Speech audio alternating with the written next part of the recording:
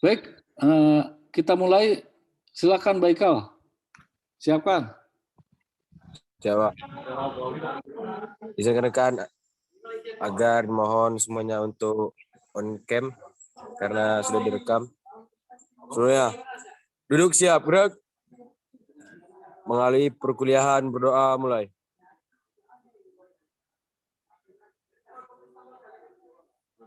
Berdoa selesai. Serat tempat, gerak. Selamat malam. Selamat malam. Assalamualaikum warahmatullahi wabarakatuh. Selamat malam semua peraja IPDN. Malam ini saya ketemu dengan saudara-saudara sekalian dalam kaitan perkuliahan pengantar ilmu pemerintahan. Saya akan share screen.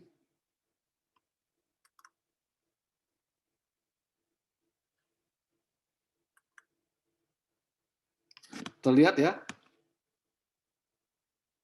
Siap terlihat, Pak. Oke. Ya.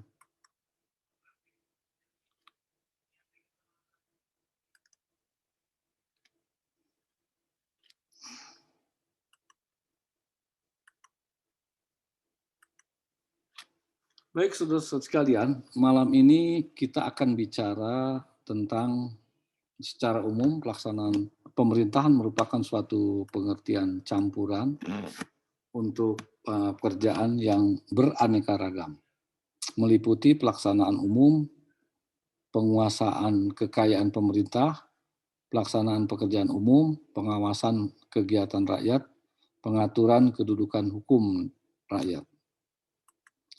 Nah, kalau kita bicara soal struktur pemerintahan,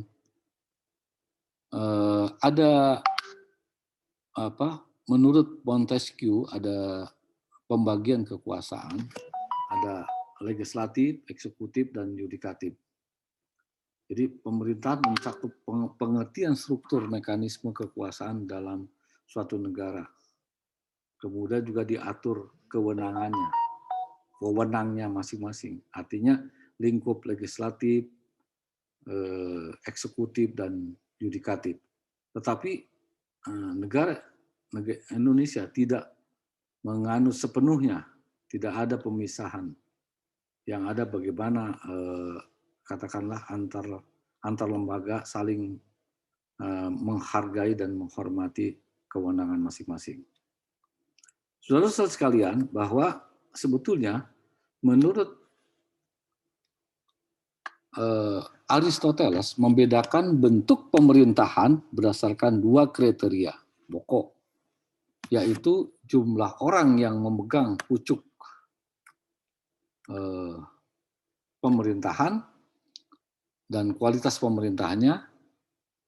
Ada dari kedua kriteria tersebut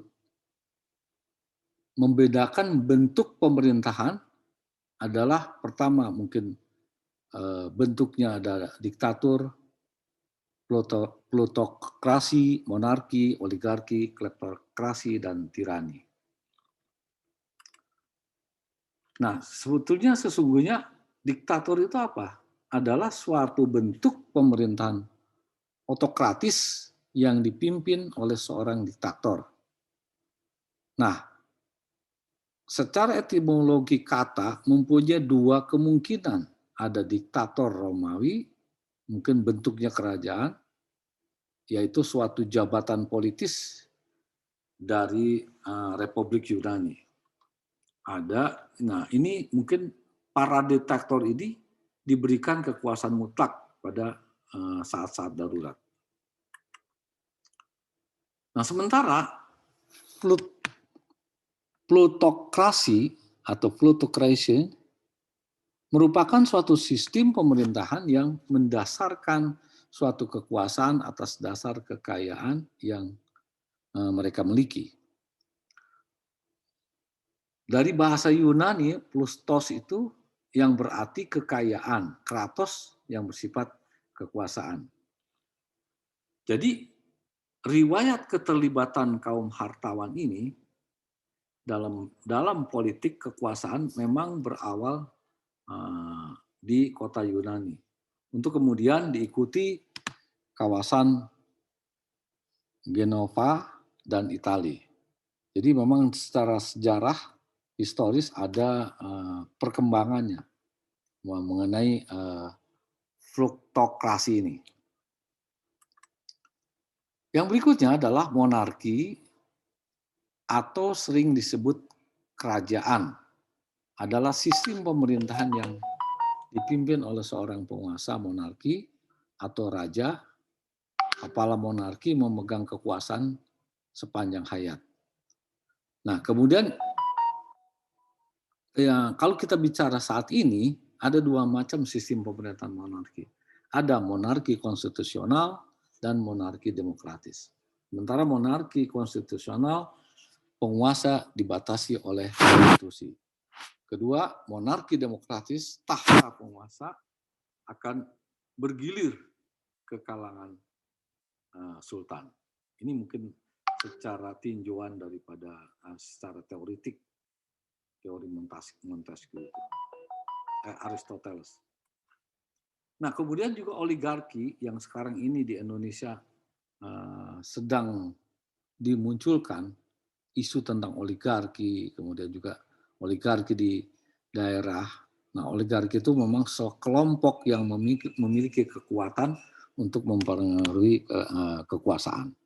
Jadi oligarki adalah bentuk pemerintahan yang kekuasaan politiknya secara efektif dipegang oleh kelompok elit, kelompok kecil dari masyarakat. Dibedakan menurut kekayaan keluarga, kemudian ada kelompok-kelompoknya. Ada militer, ada mungkin civil society. Jadi tentunya oligarki ini berkolaborasi sehingga bisa masuk ke dalam. Kalau istilah Pak Mahfud MD itu adalah Menteri Koordinasi Polkam, itu istilahnya adalah cukong-cukong yang membiayai. Sekarang ini kan saat ini katakanlah pilkada, kemudian juga saling ada yang memodalin, ada yang dalam kelompok oligarki ini. Kemudian yang berikutnya adalah kleptokrasi. Nah, bentuk sistem pemerintahan yang melakukan dengan bentuk administrasi publik yang menggunakan uang yang berasal dari publik untuk memperkaya diri sendiri. Nah, ini kayak sepertinya kleptomania gitu kan. Ada istilahnya dalam penyakit psikologi, kleptomania. Mungkin anak saya sangat mafhum nih karena dia seorang dokter. Jadi ada penyakit kejiwaan. Nah, ini kleptokrasi ini adalah semua sistem pemerintahan itu dibentuk dalam administrasi publik untuk menggunakan uang-uang yang berasal dari publik, dari rakyat. Nah, kemudian tirani adalah diartikan seorang yang memegang suatu bentuk pemerintahan dengan kepentingan pribadi sistem pemerintahan. Saudara-saudara sekalian, nah inilah. Nah, kalau kita lihat dari ajaran Plato, menurut Plato mengungkapkan ada 5 bentuk pemerintahan negara. Nah, kelima bentuk itu menurut Plato harus sesuai dengan sifat atau karakteristik tertentu daripada manusianya. Nah, 5 bentuk itu adalah aristokrasi, demokrasi, oligarki, demokrasi, dan tirani. Nah, aristokrasi yaitu bentuk pemerintahan yang dipegang oleh kaum cendekiawan yang dilaksanakan sesuai dengan pikiran keadilan. Kemudian timokrasi yaitu bentuk pemerintahan yang dipegang oleh orang-orang yang ingin mencapai kemasyhuran atau kehormatan.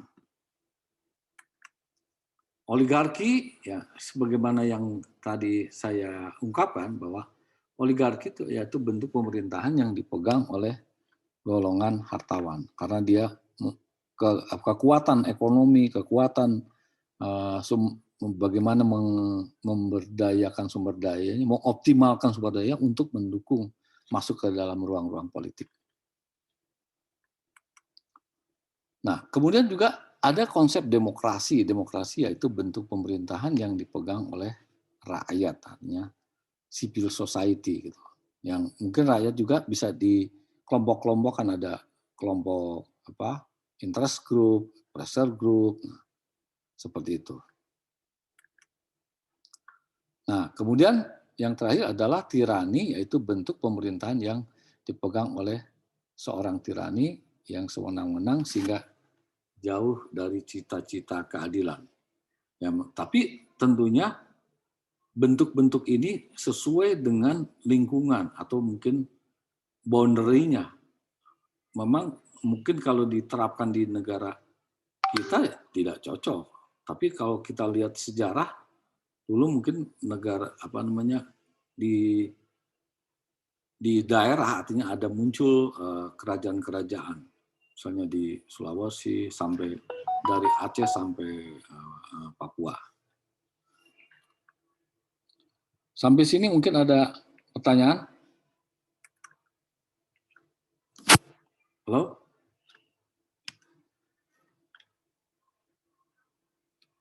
Halo?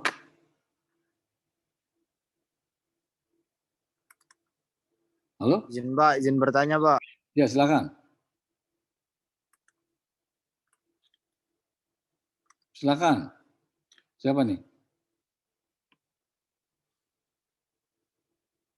Ayo.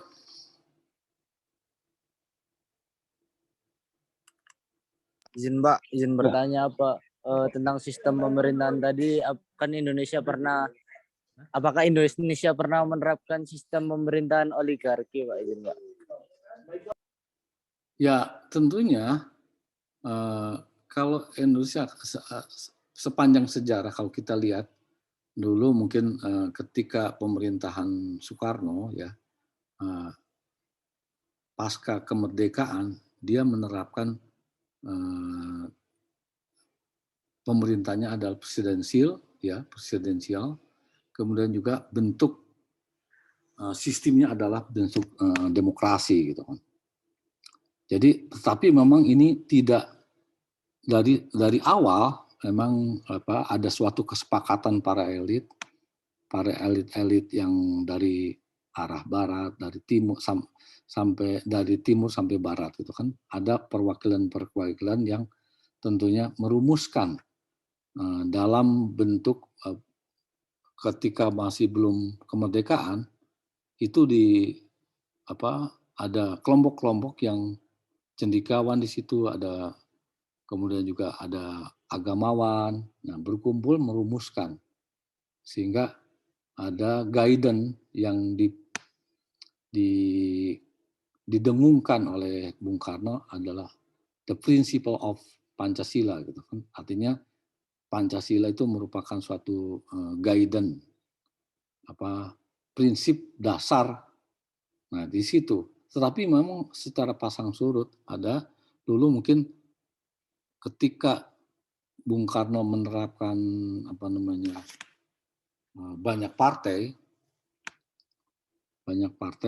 sehingga tidak mudah untuk konsensus kalau merumuskan sesuatu. Demokrasi parlementer. Nah, akhirnya terjadi discourse, kemudian juga kembali lagi ke Undang-Undang Dasar. Jadi di situ mungkin kalau mungkin awal kemerdekaan oligarki itu ya tentunya kalau saya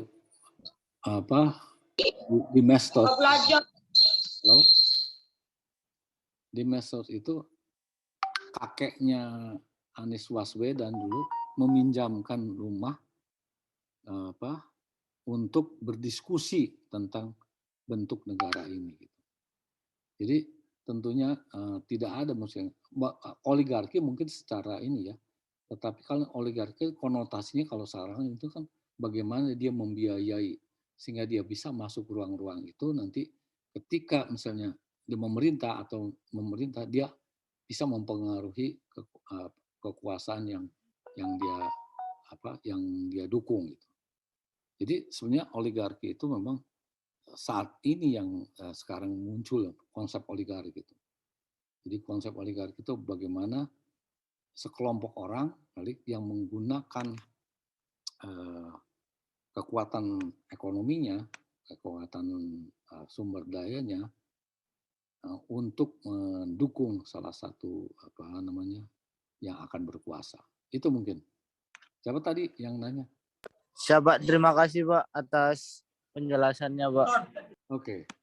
Arda mau tanya? Siap belum Pak, izin Pak. Lanjut ya, sebentar ya, sedikit lagi ya. Nah, kemudian ajaran ada Polybios. Nah, ajaran Polybios ini dikenal oleh teori siklus yang sebenarnya merupakan perkembangan lebih lanjut dari Aristoteles dengan sedikit perubahan, yaitu dengan mengganti bentuk pemerintahan ideal politeia dan demokrasi.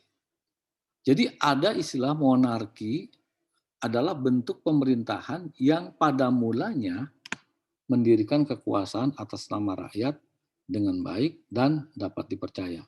Namun pada perkembangannya, para penguasa dalam hal ini adalah raja, tidak lagi menjalankan pemerintahan untuk kepentingan umum.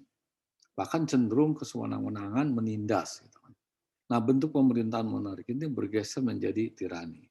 Jadi sebenarnya ada monarki konstitusional yang tentunya ada garis kesepakatan aturan main, tetapi ada bergeser karena dia mungkin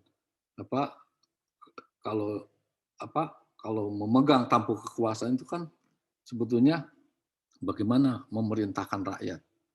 Nah, ya akhirnya dia bergeser menjadi tirani. Saudara sekalian, nah tirani ini dalam ajaran Polybios itu situasi pemerintahan tirani sewenang-wenang muncul kaum bangsawan yang berkolaborasi bersekongkol lah gitu, berkolusi untuk melawan. Nah mereka bersatu untuk mengadakan pemberontakan sehingga kekuasaan beralih kepada mereka. Jadi tirani ini memang bagaimana dia ingin mewujudkan kesewenang-wenangan. Nah, pemerintahan selanjutnya dipegang oleh beberapa orang yang memperhatikan kepentingan umum. Nah, pemerintahan pun berubah dari tirani ke aristokrasi. Jadi tirani ditumbangkan, kemudian juga muncullah konsep aristokrasi. Nah, aristokrasi yang semula dan memperhatikan kepentingan umum, pada perkembangannya dalam tidak lagi juga ya biasa kan menurut David Easton bahwa kekuasaan itu adalah korup. Kalau sudah absolut ya pasti korup gitu kan.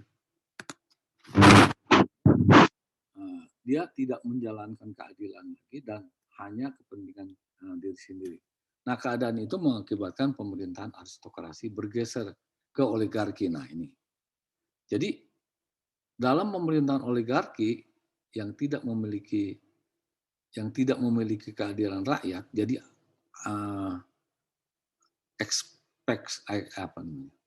exploitation delong parlong kalau istilah bahasa. Jadi bagaimana bangsa menggunakan rakyat sebagai katakanlah melanggengkan kekuasaan. Nah ini dan keadaan ini mengakibatkan pemerintahan aristokrasi bergeser ke oligarki, dan oligarki itu juga tidak lagi memiliki keadilan. Jadi perkembangannya seperti itu gitu. Cenderung awalnya secara ideal, kalau misalnya katakanlah kalau kita lihat pilkada, seorang calon wali kota, calon gubernur, ketika dia memperkenalkan, mempresentasikan program dia, ya memang secara ideal pada pada akhirnya ketika dia memerintah bergeser. Itulah yang jadi ini saya ingin mengungkapkan bahwa perjalanan pemerintahan, konsep pemerintahan ini mungkin dari awal tadinya seperti ini menjadi bergeser ke demokrasi. Demokrasi juga pada awalnya baik, tapi lama kelamaan diwarnai oleh kekacauan, ada kebobrokan, ada korupsi di sini. Sehingga hukum sulit ditegakkan. Akibatnya pemerintahan berubah menjadi oklokrasi. Ini. Nah, oklokrasi itu kemudian muncul seorang yang kuat dan berani dengan kekerasan dapat memegang pemerintahan, dengan demikian pemerintahan dipegang oleh suatu tangan lagi dalam bentuk monarki kembali gitu kan. Inilah perkembangannya, siklusnya seperti itu, dari monarki ke monarki lagi itu. Jadi perjalanan siklus pemerintahan di atas memperlihatkan pada kita adanya hubungan kausalitas sebab akibat antara bentuk pemerintahan yang satu dengan yang lain. Itulah sebabnya Polybios beranggapan bahwa lahirnya pemerintahan yang satu dengan yang lain merupakan akibat dari pemerintahan yang sebelumnya, yang telah ada. Kemudian juga kalau kita bicara tentang anarkisme itu ya adalah suatu paham yang mempercayai bahwa segala bentuk negara, pemerintahan dengan kekuasaannya adalah lembaga-lembaga yang menumbuhkan, suburkan penindasan terhadap kehidupan. Oleh karena itu, negara, pemerintah beserta perangkatnya harus dihilangkan, dihancurkan. Ada konsep yang namanya mungkin komunisme atau sosialisme, sehingga tidak ada ada kelas gitu. Dia komunisme itu memperjuangkan untuk semua konsepnya sama rasa sama rata. Sampai sini mungkin ada ini pertanyaan. Halo?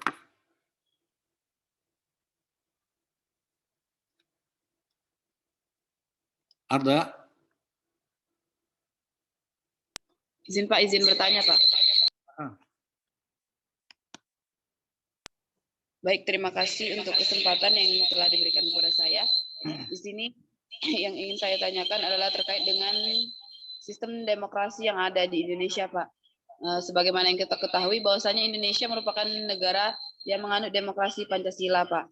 Namun ada juga yang berpendapat bahwa sistem demokrasi yang dijalankan di Indonesia ini tidak sepenuhnya demokrasi, Pak. Ada beberapa pihak yang mengatakan bahwa negara kita ini saat ini sedang bisa dikatakan sebagai negara setengah demokrasi karena pelaksanaan demokrasinya itu tidak secara murni, Pak. Izin Pak. Menurut pendapat Bapak terhadap pihak-pihak yang menyatakan hal tersebut bagaimana, Pak? Izin Pak. Pertanyaan yang bagus sekali. Memang konsep demokrasi di situ harus ada, artinya ada oposisi dan ada yang memerintah. Kalau di kita kan katanya tidak ada, makanya ketika Pak Jokowi mengangkat Pak Prabowo jadi menterinya, dari situlah jadi pandangannya. Tapi konsep secara teori demokrasi itu adalah ada suatu oposisi, ada yang memerintah dan ada oposisi. Nah, ketika 5 tahun itu diuji apakah yang lagi memerintah itu konsepnya sesuai dengan apa yang dinyatakan di dalam kampanye, dalam dia kalau saya jadi presiden saya akan begini. Nah, seperti itu. Nah, diuji itu ketika dia memerintah ada suatu, jadi oposisi itu konotasinya bukan pada hal buruk, dia mengoreksi kebijakannya yang dilakukan oleh yang lagi memerintah, sehingga konsep demokrasi ini menjadi kabur ketika ada suatu konsensus. Nah, memang tergantung kalau dimensi politik itu harus dipengaruhi oleh lingkungan ibaratnya lingkungan sosial, budaya, geopolitik gitu. Itu sangat mempengaruhi. Jadi bukan setengah. Kalau memang konsep yang dilahirkan baik itu oleh Montesquieu, oleh Aristoteles itu tidak sepenuhnya dijalankan secara utuh, tapi ada modifikasi gitu kan. Sekarang gini, Indonesia menganut multipartai, tapi ketika tumbuh partai waktu zaman Bung Karno juga ada berapa partai. Kemudian juga sistem parlementer itu teruji juga akhirnya kembali lagi ke undang-undang. Jadi menurut tadi pertanyaan Arda, bukan kita setengah hati gitu, kaki kanan melangkah ke depan ke demokrasi, kaki kiri tidak bisa meninggalkan konsep lain. Tapi seperti itu. Jadi tergantung konsensus daripada para elit. Jadi intinya memang sebenarnya katakanlah yang sekarang didengungkan bagaimana perjalanan. Ada yang menuntut, artinya menguji material, menguji ke MK bahwa presiden threshold itu harus diturunkan, tidak lagi 20%, jadi 0%. Itu mungkin ada ya. Halo? Izin Pak, siap. Terima kasih Pak, izin Pak. Baik, mungkin kuliah kita sampai sini saja dulu, dan selebihnya kita diskusi kalau masih ada waktu. Sudah selesai lah. Oke. Mohon izin rekan-rekan, seluruhnya duduk siap, gerak. Mengakhiri kegiatan perkuliahan pada malam hari ini, berdoa dimulai.